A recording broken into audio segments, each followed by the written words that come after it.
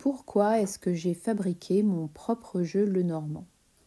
Alors au départ, j'étais en train d'apprendre le tarot et donc pour m'entraîner, je demandais à tout mon entourage: est-ce que tu veux que je te fasse un tirage? On me disait oui, génial. Et finalement, je me suis vite rendu compte que tout le monde ressortait frustré de mes tirages. À chaque fois, c'était plus fort que moi. Je partais dans des explorations de l'inconscient sans jamais répondre à la question. En fait, je saoulais tout le monde avec mes explorations.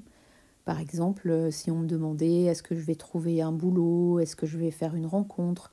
Est-ce que je vais déménager? J'avais tendance à répondre que pour que ça se produise, il fallait faire un travail intérieur. Bref, je répondais jamais à la question. Jusqu'à ce que je découvre un oracle qui s'appelle le Petit Lenormand, dont la force, c'est le plan terrestre ou la vie de tous les jours. Donc contrairement au tarot qui est plus mystique pour moi, le Petit Lenormand nous donne des réponses très concrètes. Vu que j'arrivais jamais à répondre aux questions de mon entourage, concrètement, j'ai donc décidé d'apprendre à lire ce Petit Lenormand. Au début, j'avais du mal à voir les cartes, à les distinguer les unes des autres. Par exemple, je confondais souvent les nuages et la lune, ou le jardin et les chemins, ou encore le bouquet et les lys. Donc pour remédier à ça, je me suis dit, en fait, comme c'est un jeu sémantique, j'ai pris du papier cartonné et que j'ai découpé en petits rectangles et j'ai inscrit le nom de chaque carte, et donc je faisais mes tirages avec ces petites cartes. Mais le truc, c'est que ensuite, je perdais beaucoup de temps à chercher les significations dans mes livres. J'en avais 5. Alors,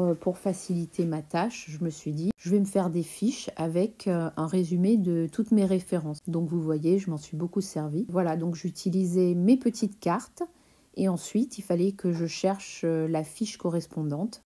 Vite, vite, vite. Bref, c'était pas très fluide. Quand je lisais, je m'en mêlais pas mal les pinceaux. Donc c'est là que j'ai eu l'idée de me peindre un jeu où d'un côté, j'avais peint des images très simples, des silhouettes de chaque carte, pour que je puisse les reconnaître tout de suite, que ça saute aux yeux. Donc vous voyez là la différence visuellement pour les cartes qui me posaient des problèmes. Les nuages et la lune, le jardin et les chemins, ou les lys et le bouquet. Et puis, j'ai aussi codifié la nature de chaque carte avec les cartes faciles en bleu, les neutres en jaune et les difficiles en magenta. Comme ça, je pouvais voir direct si le tirage était plutôt positif, négatif.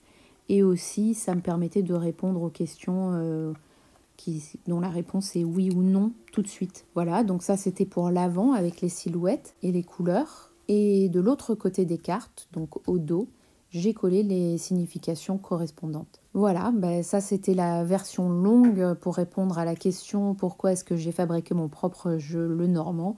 Et la version courte, c'est que j'ai créé ce jeu pour faciliter mon apprentissage des significations du Petit Lenormand. Depuis, j'ai auto-publié mon jeu, donc si vous voulez aussi apprendre les significations du Petit Lenormand, je vous ai mis un lien sous la vidéo et vous pourrez vous procurer ce jeu qui est conçu pour l'apprentissage des significations des cartes. Voilà, merci d'avoir regardé cette vidéo jusqu'au bout et je vous dis à bientôt. Ciao!